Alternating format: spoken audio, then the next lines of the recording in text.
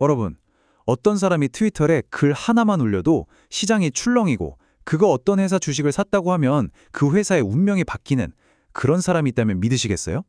네, 오늘 우리가 함께 들여다볼 인물이 바로 그런 사람입니다. 월스트리트에서 가장 극단적인 평가를 오가는 남자 빌 에크먼입니다. 때는 2020년 3월이었어요.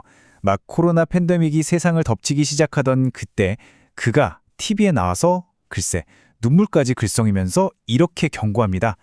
지옥이 오고 있다고요. 이 한마디에 시장은 그야말로 공포에 떨었죠. 그런데 말입니다. 여기서 정말 충격적인 반전이 있어요. 화면에 보이는 이 숫자, 26억 달러. 이게 바로 그가 예언했던 그 지옥 속에서 벌어들인 돈입니다.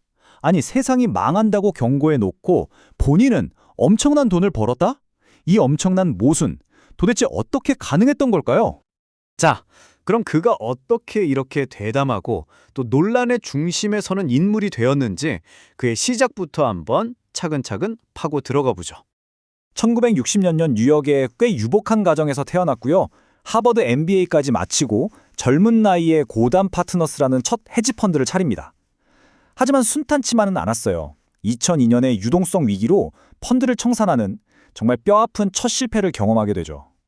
그런데 재밌는 건 바로 이 실패가 오늘날의 그를 만든 아주 중요한 밑거름이 됐다는 겁니다. 그렇게 다시 세운 퍼싱 스퀘어.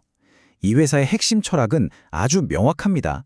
이것저것 사지 않고 딱 8개에서 12개 정도의 소수 종목에 모든 걸 쏟아붓는 거죠. 그리고 그냥 사두고 기다리는 게 아니에요. 아주 적극적으로 경영에 개입해서 회사를 쥐고 흔듭니다. 그러니까 에크먼에게 주식을 산다는 건 싸움의 시작을 알리는 신호탄 같은 거예요. 그의 스타일을 제대로 보여준 전설적인 사건이 바로 MBIA 공매도입니다. 2002년 당시 월가의 모든 사람들이 저 회사는 AAA 등급의 초우량 기업이야 라고 말할 때 에크먼은 홀로 외쳤습니다. 아니다, 저 회사는 서브프라임 모기지 때문에 곧 망할 거다 라고요. 이건 시장 전체를 상대로 싸움을 건 거나 마찬가지였죠. 무려 6년 동안이나 월가의 비웃음거리가 됐지만 어떻게 됐을까요? 네, 2008년 금융위기가 터지면서 그의 예언이 정확하게 현실이 됐습니다. 이 단 한 번의 베팅으로 수억 달러를 벌어들이면서 그는 순식간에 금융예언가라는 별명을 얻게 됩니다. 하지만 있잖아요. 모든 예언자는 반드시 시험대에 오르기 마련이죠. 에크먼에게 가장 큰 시련은 한 회사와의 5년에 걸친 끈질긴 전쟁, 바로 허벌라이프와의 싸움이었습니다. 어느 날 에크먼이 공개적으로 선언합니다.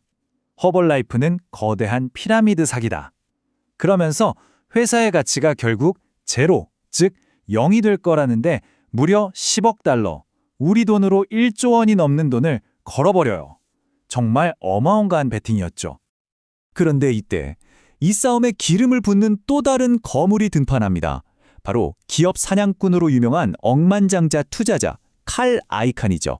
아이칸이 정반대로 허벌라이프의 편에 서면서 이 싸움은 단순히 투자 논쟁을 넘어서 두 거물의 자존심을 건 세계의 대결로 번지게 됩니다. 두 사람의 감정 싸움은 정말 상상을 초월했습니다. 특히 CNBC 생방송에서 벌인 이 설전은 아직도 월가에서 전설로 회자되는데요. 칼 아이칸이 한 이 발언을 들어보면 이 싸움이 얼마나 개인적이고 또 얼마나 격렬했는지 짐작이 가시죠? 자, 그래서 그 결과는요? 에크먼의 처참한 패배였습니다. 2018년 그는 결국 10억 달러에 가까운 막대한 손실만 떠안은 채 이 길고 긴 싸움을 포기해야만 했습니다. 이건 이 값비싼 패배 이후에 에크먼 스스로가 남긴 말입니다. 크게 틀렸을 땐 대가를 치러야 한다. 결국 자신의 실패를 인정할 수밖에 없었던 거죠. 그런데 정말 영화 같은 일이 벌어집니다. 이 가장 큰 실패의 잿더미 속에서 그의 커리어 사상 가장 눈부시고 또 가장 논란이 많은 성공이 탄생하게 되거든요. 자, 다시 이 장면으로 돌아왔습니다. 이제 우리는 그가 어떻게 이 대중의 공포를 이용해서 개인의 막대한 이익을 만들어냈는지 그 놀라운 과정을 자세히 들여다볼 겁니다. 그가 사용한 비밀 무기는 바로 신용부도 수합, 줄여서 CDS라는 거였습니다.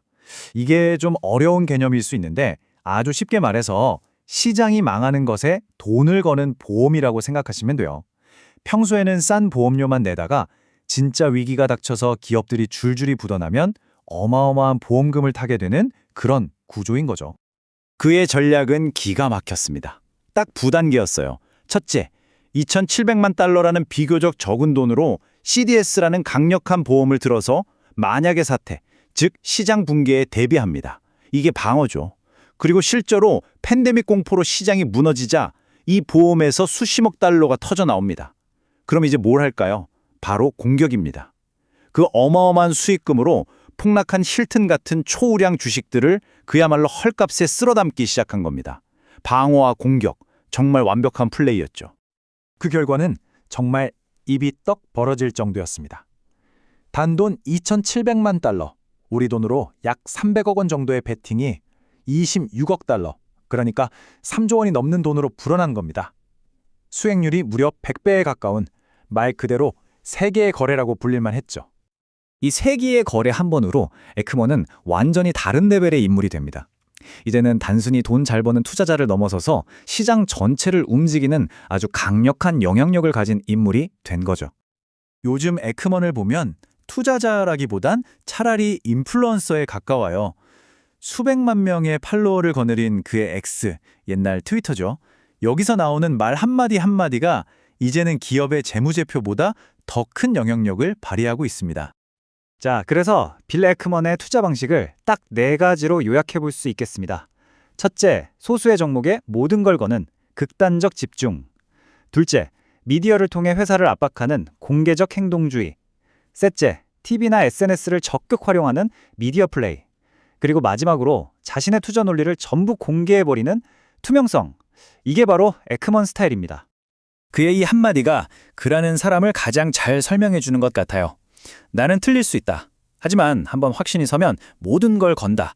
그게 내 방식이다. 이 신념이 그의 경이로운 성공과 동시에 그 뼈아픈 실패의 원인이기도 한 거죠. 여러분은 어떻게 생각하시나요? 그는 시장의 흐름을 읽는 천재일까요? 아니면 그저 운 좋은 도박사일까요? 한 가지 확실한 건 월가의 트위터 전사 빌 에크먼은 오늘도 자신의 신념에 따라 세상을 향한 거대한 베팅을 멈추지 않고 있다는 사실입니다. 그의 다음 베팅은 과연 어디를 향하게 될까요?